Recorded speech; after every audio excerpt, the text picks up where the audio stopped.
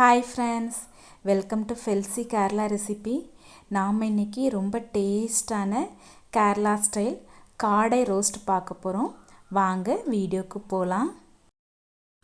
அதற்கு முதல்ல 5 காடை எடுத்து வச்சுருக்கேன்.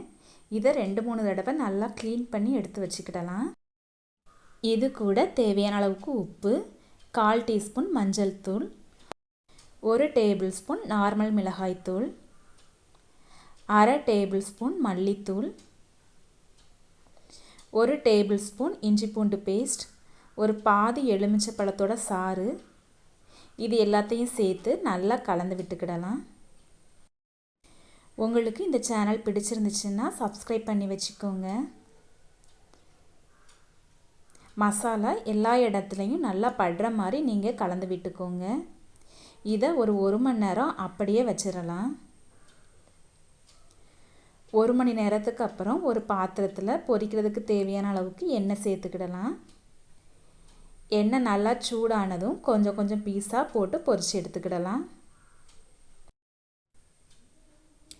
ஒரு பக்கம் நல்லா வெந்ததும் இதை மாற்றி போட்டுக்கிடலாம். காடை டக்குன்னு வெந்துடும், அதனால் கவனமாக பார்த்துக்கோங்க. 2 பக்கமும் நல்லா வெந்ததும் இதை வெளியே எடுத்துடலாம். இதே மாதிரி எல்லா காடைகளையும் நீங்கள் பொரித்து எடுத்துக்கோங்க.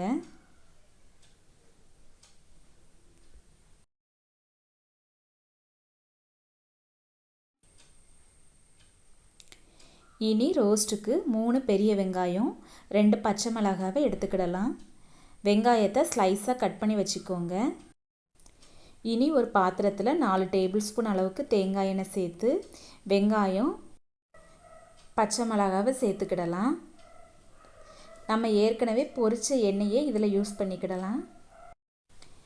வெங்காயத்துக்கு தேவையான அளவுக்கு உப்பு சேர்த்துக்கிடலாம். இதை நல்லா கலந்து விட்டு ஒரு மூடி வச்சுக்கோங்க. சிம்மில் வச்சு வெங்காயம் நல்லா கோல்டன் ப்ரௌன் ஆகிற வரைக்கும் நாம் வதக்கி எடுத்துக்கிடலாம்.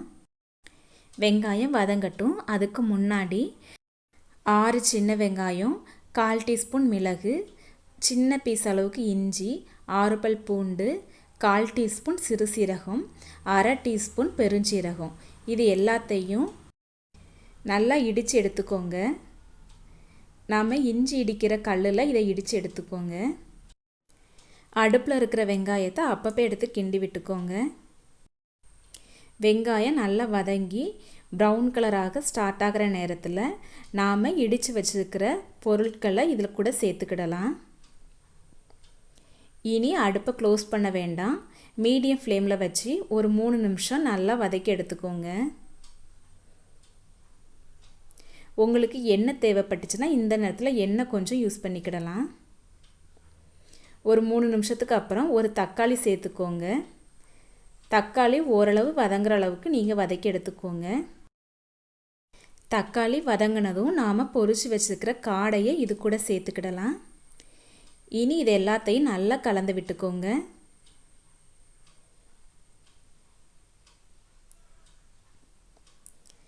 இது கூட ஒரு 1/2 கப் அளவுக்கு தண்ணி சேர்த்துக்கிடலாம். இனி இதை ஒரு மூடி வச்சு மூடி ஒரு 5 நிமிஷம் நல்லா வேகட்டும். அடுப்பை மீடியம் ஃப்ளேமில் வச்சுக்கோங்க.